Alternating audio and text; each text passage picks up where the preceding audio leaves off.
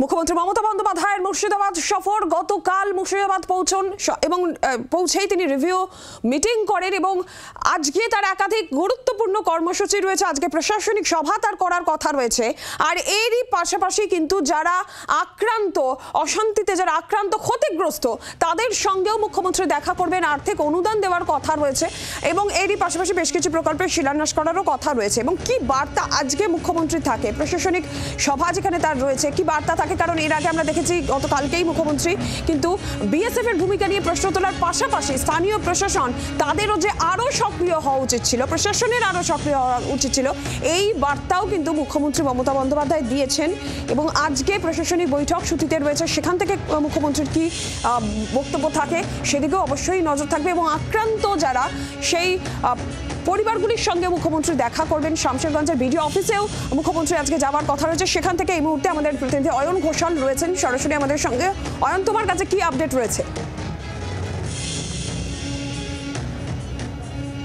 দেখো, এই মুহূর্তে যে ছবি আমরা দেখতে পাচ্ছি তাতে এই শামশেরগঞ্জ ধুলিয়ানের উপদ্রুত এলাকা, সেখানকার আক্রান্ত মহিলা, তারা ইতিমধ্যেই একটি বাস, এই বাস পুলিশের ঠিক করে দেওয়া, এই বাস থেকে পরপর নামছেন এবং ঢুকে যাচ্ছেন ভেতর অর্থাৎ শামশেরগঞ্জের বিডিও অফিস, যে অফিসে আর আধ ঘন্টা থেকে 40 মিনিটের মধ্যে রাজ্যের প্রশাসনিক শীর্ষকর্তা অর্থাৎ রাজ্যের মুখ্যমন্ত্রী মমতা বন্দ্যোপাধ্যায়ের আসার কথা। এবং এই যে পরিবারগুলো, এই পরিবারগুলির সঙ্গে তার কথা বলার কথা, এই পরিবারগুলির সঙ্গে কথা বলে তিনি জানার চেষ্টা করবেন কী ধরনের অবস্থার মধ্যে দিয়ে 12ই এপ্রিল থেকে তাদের কেটেছে, এই মুহূর্তে তারা কি অবস্থায় রয়েছেন। কারণ আমরা গতকাল শামশেরগঞ্জের বেদবোনা থেকে শুরু করে একাধিক জায়গা নিজেরা ক্যামেরা নিয়ে ঘুরেছি। আমরা দেখেছি যে সেখানের পরিস্থিতি আগের থেকে অনেকটাই নিয়ন্ত্রণে। এখানে এই মুহূর্তে বিএসএফ তারা মোতায়েন রয়েছে, রাস্তাঘাটে নতুন পিচের প্রলেপ পড়েছে, প্রচুর আলো লেগেছে, সব মিলিয়ে গোটা এলাকায় 4,500-এর বেশি সিসিটিভির ক্যামেরা লেগেছে। সব মিলিয়ে যে নিরাপত্তা নিয়ে এখানকার বাসিন্দাদের প্রশ্ন ছিল, সেই নিরাপত্তা ব্যবস্থা ইতিমধ্যেই অনেকটা বেশি ফুলপ্রুফ করা গেছে, এমনটা প্রশাসনিক কর্তারা দাবি করেছেন।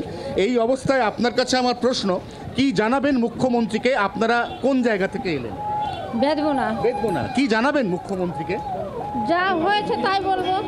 আর তার সঙ্গে কি দাবি থাকবে আপনাদের? ক্যাম্পের জন্য দাবি করব আমরা, ক্যাম্পের জন্য। আপনার কি দাবি? ক্যাম্পের দাবি। এনারা বলছেন যে এনারা ক্যাম্পের দাবি তুলবেন। আমরা এই মুহূর্তে শামশেরগঞ্জ বিডিও অফিস, এই ছবি দেখতে পাচ্ছি সারিবদ্ধভাবে। এখানে যাদেরকে নিয়ে আসা হলো অর্থাৎ বেদবোনা, তার সঙ্গে শুলাটুলি, তার সঙ্গে ডিগরি, এই একাধিক যে গ্রাম, বিশেষ করে জাফরাবাদ সহ এই প্রত্যেকটি গ্রাম থেকে এখানে মানুষ আসছেন, পুলিশের ঠিক করে দেওয়া বাসে তারা আসছেন এবং তারা এখানে এসে একে একে দাঁড়াচ্ছেন। মুখ্যমন্ত্রী তাদের সঙ্গে কথা বলবেন।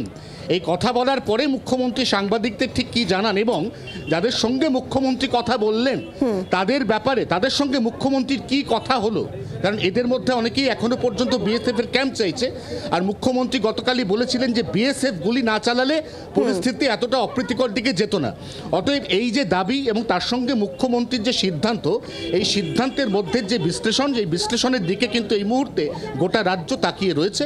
অতএব আর কিছুক্ষণের অপেক্ষা, মুখ্যমন্ত্রী এখানে পৌঁছলেই এই বৈঠক অর্থাৎ আক্রান্তদের সঙ্গে মুখ্যমন্ত্রীর 1-to-1 কথা সেটা শুরু হয়ে যাবে।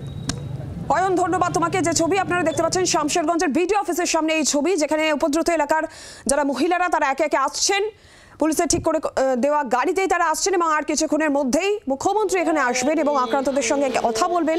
এবং আক্রান্তদের অনেকেই তারা বিএসএফ ক্যাম্পের দাবি জানাচ্ছিলেন। প্রথম থেকেই আমরা দেখেছি যে বিএসএফ ক্যাম্প চাই, স্থায়ী বিএসএফ ক্যাম্প চাই, এই দাবি তারা জানাচ্ছেন। আজকে মুখ্যমন্ত্রীর সামনে তারা কি বলবেন, মুখ্যমন্ত্রী তাদের উদ্দেশ্যে কি বলবেন, অবশ্যই এদিকে নজর থাকবে।